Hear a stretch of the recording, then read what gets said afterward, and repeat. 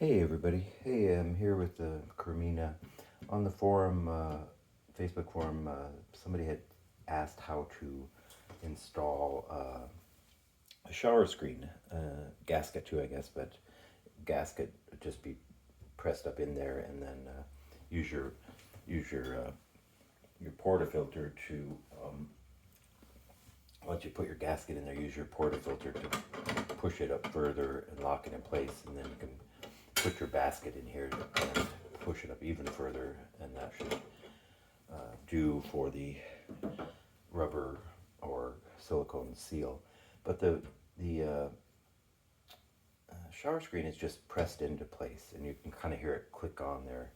But as long as I'm here, I was thinking about showing how to remove this too. And in the past, I've used a screwdriver to pry it off, which has worked, or maybe a small spoon. But in general, it just doesn't feel that great pushing that up there and trying to pry something down and feel like you might be scratching things. So another thing that people do, and I've done, is to use the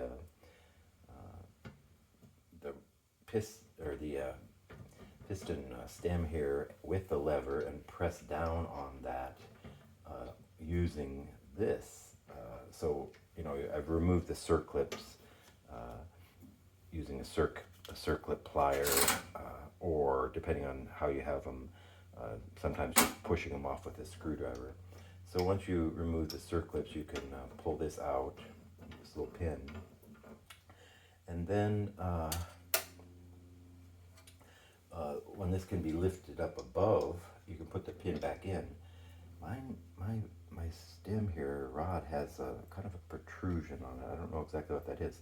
So I'm going to put in an earplug. I use earplugs for sleeping, just to protect that pin a little bit. And then you can just pull down on this. You have to do it pretty firmly, but let's see what happens here. Ah, there we go. And that will pull off or push off the shower screen. So mine wasn't very dirty. I used it for I don't know how many months, more than 2, 3, 4, and it wasn't very dirty. A little bit of dirt. I just cleaned it a little while ago, but or a little bit of scum, coffee scum, but not too much really. I don't use a Fellini, so that's probably a difference if people are using Fellinis all the time. So anyway, to put it back on though, you basically just put it in place. Got your gasket on already, and just kind of firmly snap it in. So that's in place.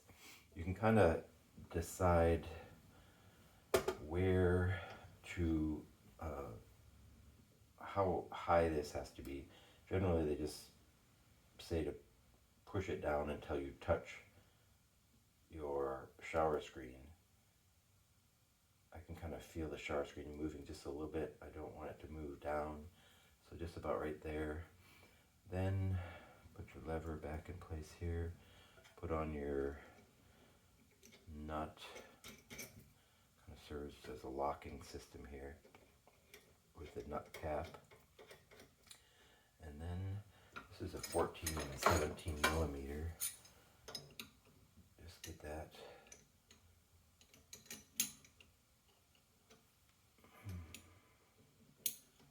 Lock that in place a little bit.